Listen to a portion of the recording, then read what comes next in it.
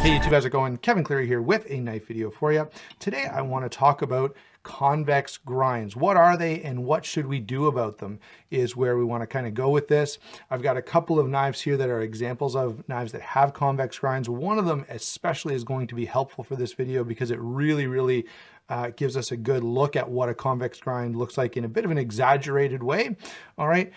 Before we get into all that though, I do want to point out that there are some pretty strong opinions here, that there are some people in the camp of every knife should have a convex grind, and when they buy a new knife with a V grind, they right away reprofile it. There are others in the other camp who say, I hate sharpening convex grinds, I'm not set up for it well, and so every time I buy a knife that has a convex grind, I right away reprofile it to a V grind. All right, whichever camp you're in, I think that's just great for you and your uses.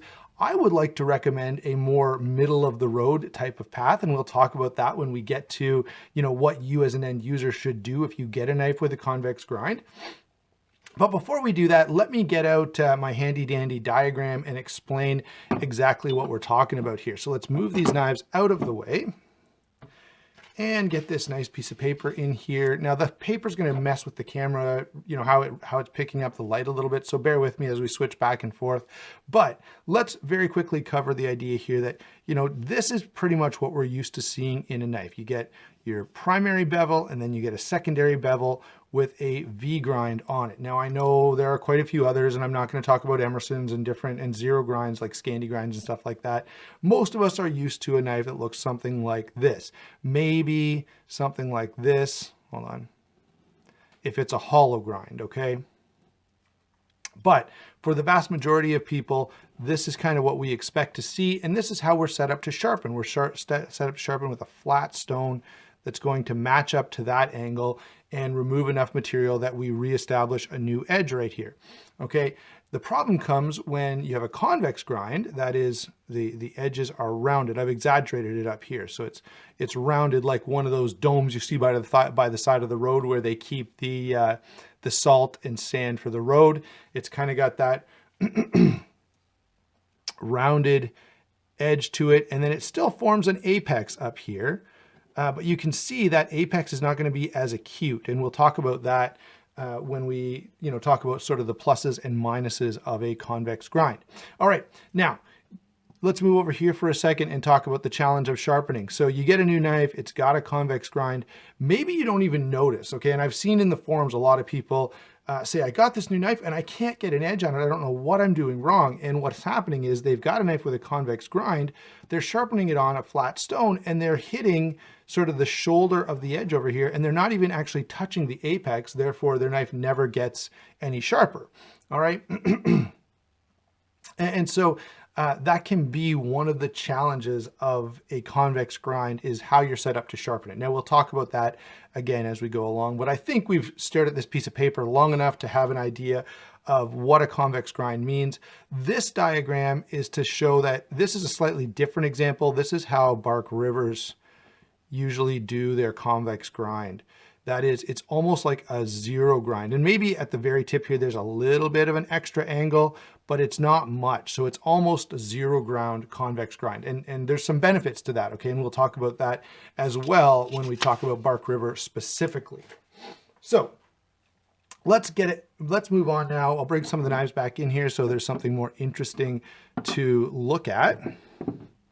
And let me use this guy just for a second and see if I can get the camera to show. Okay, so you should be able to see with that Wharncliffe blade, it's focusing on my fingers, not the blade. There we go. With that Wharncliffe blade, you can really see that rounding right here and how that rounding just continues. There we go, right to the tip. That is what a convex grind looks like. Now it's a little less noticeable on a thinner grind like this. You can still kind of see it. And perhaps even more, well, I don't have enough room to get this standing straight up under the camera, but perhaps more difficult to notice on a larger blade with the clip point like the Bark River Vortex here. So by the way, these are fully convex ground. This knife, this is my Nkosi, this has a slight hollow grind, but the secondary bevel here is convex, okay? And that's how Chris Reeves normally come. So now that we've looked at some knives that have this, Let's talk a little bit about the characteristics of this kind of a grind. What is beneficial about it? Why would these companies choose to go this way rather than a standard old V grind that everyone is more used to? Well, the first thing is, and I may have to get my diagram back out, they're very strong and stable. Okay, so for an outdoors knife or a knife that you want to use slightly softer steel so that it's tougher, there's a benefit to having this rounded edge here, okay? Because think about, building a sandcastle on the beach. If you built a sandcastle that was shaped like this, or you built a sandcastle that was shaped like this, which one would stand up longer and be more stable and less likely to fall down? I think it's pretty obvious that this one would be, because if you apply force here, okay, in this direction, you've got more material sort of counteracting that force. Where up here, if I apply force here, it's a little easier for that edge to roll or to chip. Again, you can really see it if I use this example. If I apply force here, you can see how there's a great deal of stability and strength there. Now that means a couple of things, okay? That means that edge will often last longer. It means that edge, especially under hard use, chopping or batoning or something like that, that edge will be less likely to to roll. It'll be less likely even to flatten out because there's just more material supporting that edge, okay? And so it's nice and strong. It's easy and cheap to sharpen. It stays sharp for longer, generally speaking, although you may be able to argue, and this would be on the drawback side, that because it can't be as acute, okay? Notice the difference in the angles here, and I can, this angle is going to be very steep and this angle is going to be shallower. Now, because of that, this is going to sort of start out. It's going to bite into material better, okay? Kind of. I'm oversimplifying that a little bit, but I think you can kind of see where I'm going. If you're going to cut into something right here, you can see how that angle may not bite in as well as this angle will. Okay, so that is one of the drawbacks. And you could say, depending on how you define sharpness and how you think about sharpness, very, very, very oversimplified way of saying this is some people would argue that a V grind can be sharper than a convex grind. I don't exactly think that's the case, but that's the way a lot of people have phrased that in the past, okay?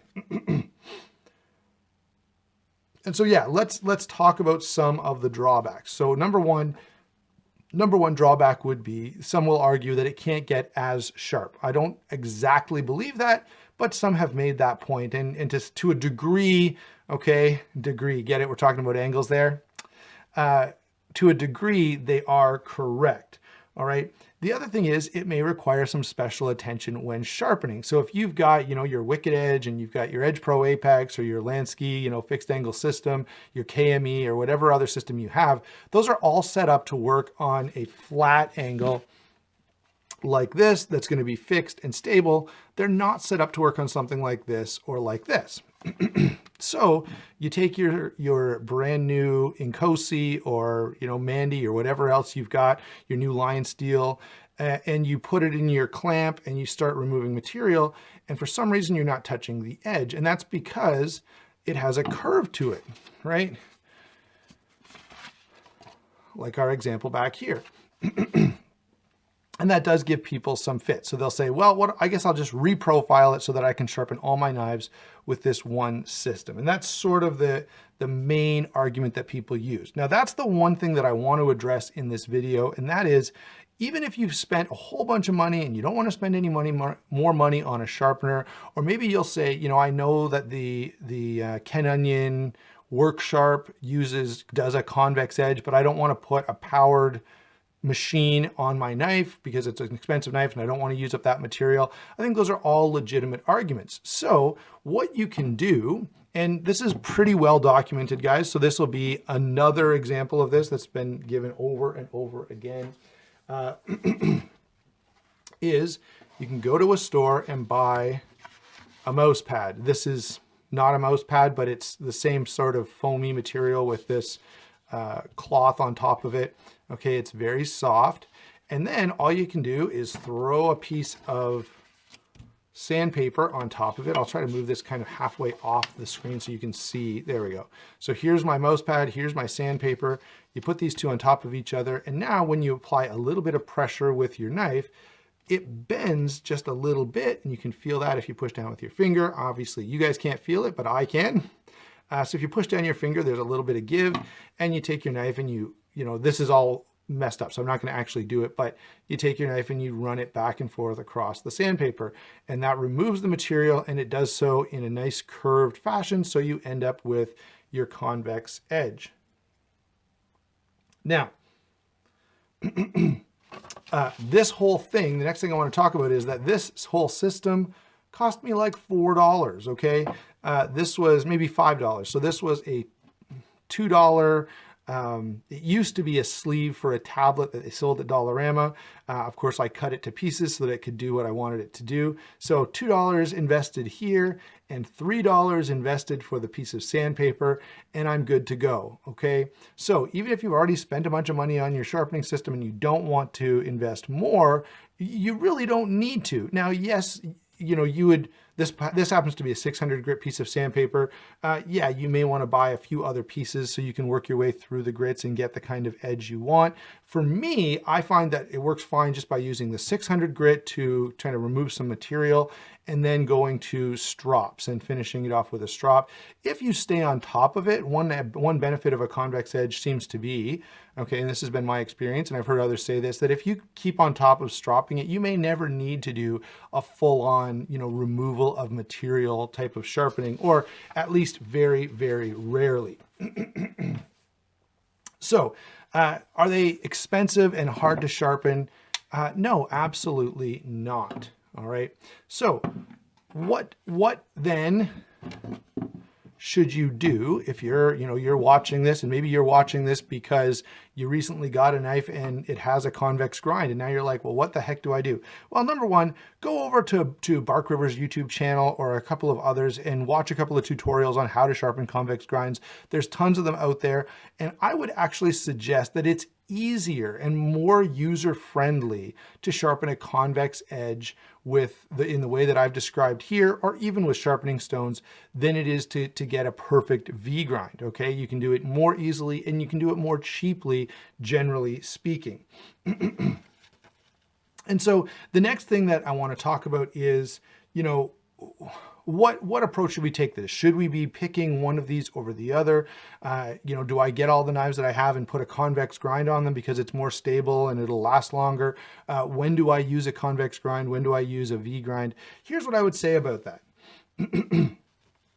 Should you first take all of your knives and put a convex grind on them? I'm going to say probably not, okay? Because for the vast majority of uses, you don't need that extra stability provided. You know, how many of your knives are you batoning with? How many of your knives are you really hard using? Probably not many, okay? You've probably got a couple knives that are more survival, outdoor type of knives, and those I would recommend a convex grind. For the rest, just use your standard sharpening system, whatever you are used to and comfortable with, all right? Secondly, if you go ahead and put a convex grind on everything, you may hurt the resale value, okay? So, you know, you may go to sell your para 2, yeah, because, you know, I don't know, you hit your head and for some reason you don't like the para 2 anymore. Or maybe you just decided to get the newest sprint run and you don't want your regular S30V one. But now you've put a convex grind on it. And so when you post it up for sale, you say, yeah, this has been resharpened with a convex grind. Well, you have reduced the number of people that are going to want to buy that knife. So, you know, my theory is, all right, and feel free to disagree with me down in the comments, but my theory is if it comes with a convex grind, I'm going to keep the convex grind. If it comes with a regular V grind, I'm going to keep a regular V grind. If it comes with a chisel grind, I'm not going to buy it in the first place. Okay, so that's my take on how to handle which knives you should reprofile and which ones you shouldn't. I do, though, have a couple of exceptions, okay? One, your friend who's not a knife guy gives you his knife, maybe it's his folder, maybe it's an outdoor fixed blade, whatever, to sharpen. I would recommend a convex grind, okay?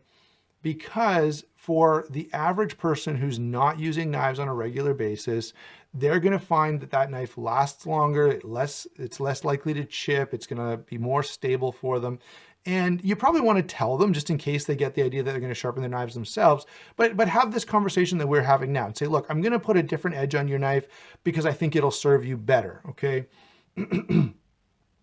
Your knives that have softer steels, you know, if you buy a Rat Model 1 in Aus-8 steel, yeah, a convex grind I think is a good application. That's a good application, I would say, for a convex grind. A knife that you're chopping with, a knife that you're hard using out in the woods, again, that's a nice application for a convex grind. Now, let me speak just a little bit now that we're kind of past all the, and of course, I've already mentioned if the knife already has it. So those are the times where I would use a convex grind. Now, let's have a special discussion about Bark River because they're doing something a little bit unique and pretty cool, okay? The way Bark River has ground their knives is it's almost a zero ground convex grind. And there's a huge benefit to that as far as I'm concerned. In my use, I've found, you know, a big thick knife like this, I've had a few thick heavy duty knives like this, and they don't cut very well because they're thick behind the edge and they've got to keep them thick behind the edge to make them strong. Well, by using a convex grind that's almost a zero grind, they get a lot of strength, a ton of strength. And you can still get this very stupidly thick blade to cut stuff really, really well. Let me, we're kind of done with our paper here. So let me just give you a quick example. I've had lots of, wow. Apparently I'm sucking at this example, but I've had tons of hard use outdoor knives that would not cut paper like this. By the way, this is especially difficult behind on camera. When I was testing for this video, it was like a laser. So the nice thing is you can get a big thick knife like this to cut really well without sacrificing the strength that you want because you're going to beat on this thing because you've used a convex grind, okay? And so that is where Bark River, I think, has really struck a great balance. And to my knowledge, now, correct me in the comments if I'm wrong. Some of you guys have crazy big Bark River collections, you know, every model they make. I think all Bark Rivers have a convex grind like that, that comes down very, very thin behind the edge. I can tell you this tusk is awesome as a utility knife because it slices like crazy, even though you've got this stupidly thick blade stock here. Now, it's not going to slice as nicely as the JX6, which is really, really well balanced that way. This is more, you know, this is pushing toward the hard use end. This is more toward the EDC end of things. And of course, this guy is really, really toward the hard use end of things. Okay, so wanted to include that little extra discussion about Bark River knives at the end there. I'd love to hear your thoughts on this. I'd love to hear how you handle it when you get a convex ground knife. Do you keep that grind? Do you reprofile it? Or maybe you make all your knives convex grinds. I'd love to hear some discussion about that down in the comments below. Thanks for watching. Don't forget to like and subscribe, and we will talk to you soon.